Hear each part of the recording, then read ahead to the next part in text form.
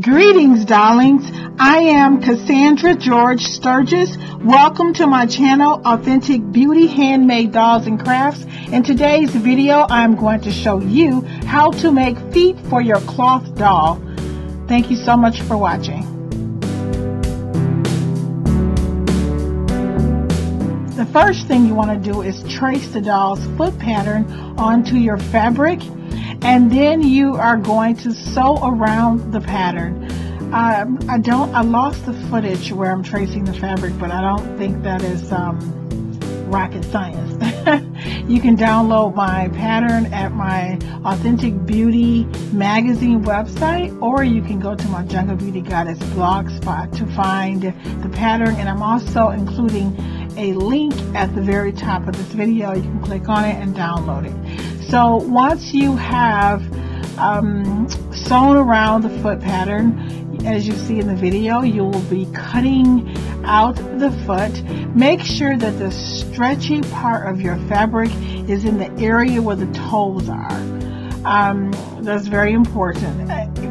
So there we go, as you can see, and I'm just flipping it just to make sure everything is perfect. But what you're going to do is take those two seams together, and you see there the two seams, and you're going to pin those together, and then you are going to use the little pattern for the toes, or the little guide or gauge, I don't know what you call it, but you use that for your toes. If I were you, I would do them both at the exact same time so that your doll's feet can be the exact same size.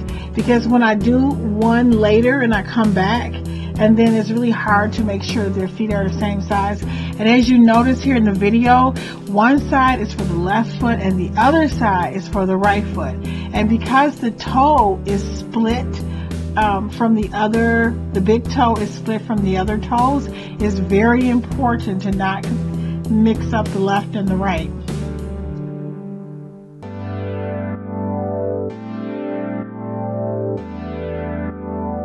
As you see in the video here, I pinned the two seams together, and I used my pattern guide for the toes, and I traced around it, and now I am sewing the line of the pattern onto the toes. And make sure that you leave a gap for the big toe so that your feet will come out really nice.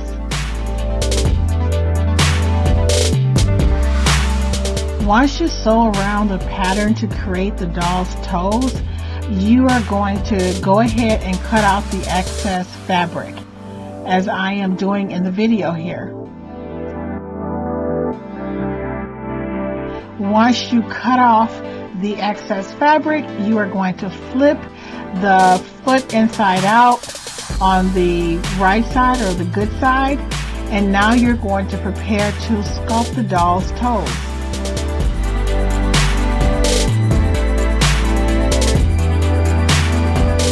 Oh my God, this is a beauty. This foot turned out perfect to me. This is exactly how I like my foot, and I really like the indentation around the heel, around the heel and the bottom of the foot. So now what you're going to do is take your pipe cleaner, and you're going to fold it as many times as necessary and stick it inside of the big toe, and it'll help hold it. It actually helps to hold it in place. But I usually like to put a little bit of fiberfill in the big toe as well, because you know I like things that are exaggerated. And I'm also taking another pipe cleaner, and I'm going to put it into the toe next to the big toe, because I also want to make sure that that toe remains firm when I start to sculpt with the needle.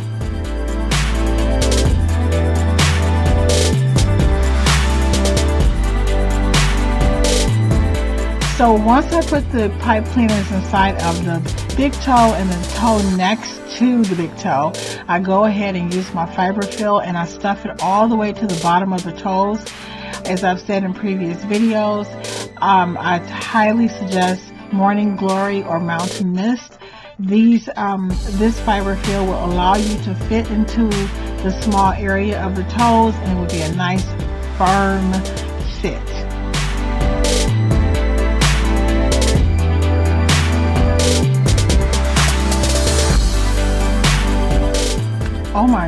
Isn't that a beauty? That foot, oh, I'm so in love. Well, anyway, so now we're going to prepare the toes.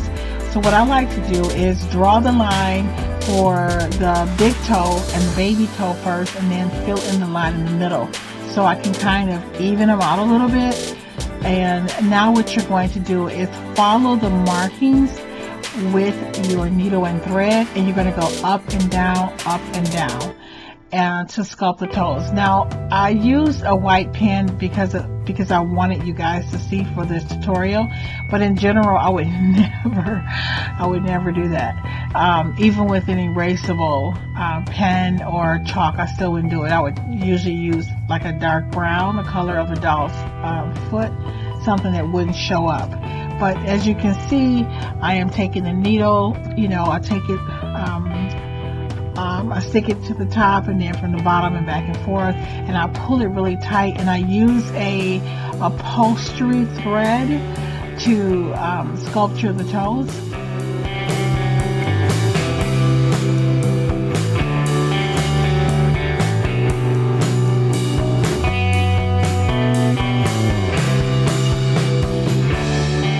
Now some people like to take the thread and wrap it around the toe to separate it. So you would go like at the very top of where the toe would start, and then you would wrap it around the bottom and pull it really tight.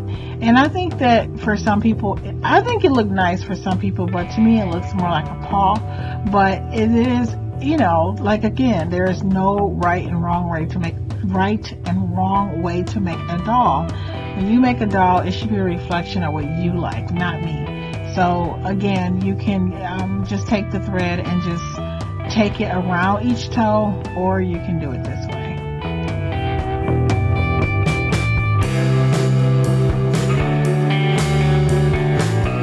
I am now going to ladder stitch the upper portion of the doll's foot so I can attach it to the bottom of her leg.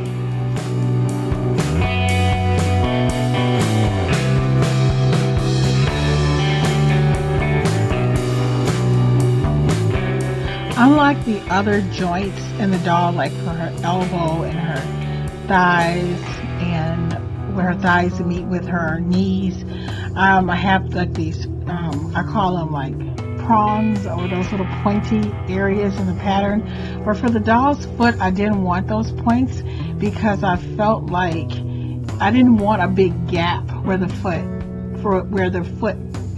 met with the bottom portion of the doll's leg. And in general, when I do jointed dolls, I do a fabric jointed doll that we'll do later on, but I am now going to trace the outline for the doll's toenails, and I'm going to use some gesso to paint in those areas to prepare it for the paint, so that the toes will look very nice. Gesso prevents the nail polish from absorbing into the fabric of the doll's cloth.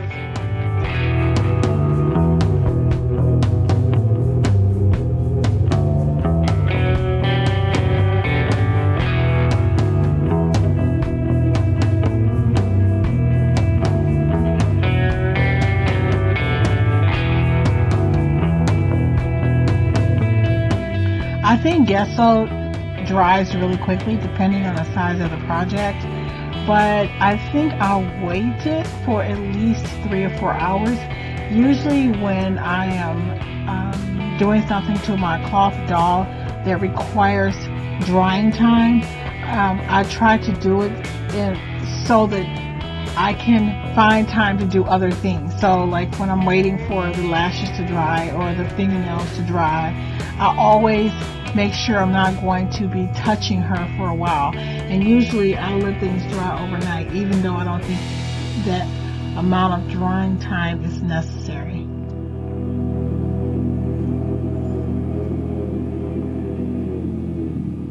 Just like the previous videos, I am now attaching the bead to the bottom portion of the doll's legs. I'm taking the needle and thread through those prongs, through the bead, through the prong on the other side and back and forth at least 2 or 3 times until it feels tight and secure. And then I am going to attach the foot, the doll's foot, to the bottom portion of the leg. I am going to take the thread and the needle and thread through the bead, and because these beads are small, it was a job. I don't know if I would want to use beads this small again for a project like this, even though I think they're gorgeous. We are now coming to a close on part 6 on how to attach your doll's foot to her cloth body. In the next video, I'm going to go over how to stuff your doll's head, and following that, how to sculpt her nose, and we're going to make hot glue eyes. I'm excited about that as well. I know there is a doll inside of you who is waiting to come to life, and only you can breathe life into her. Thank you so much for watching, and I look forward to seeing you in the next project.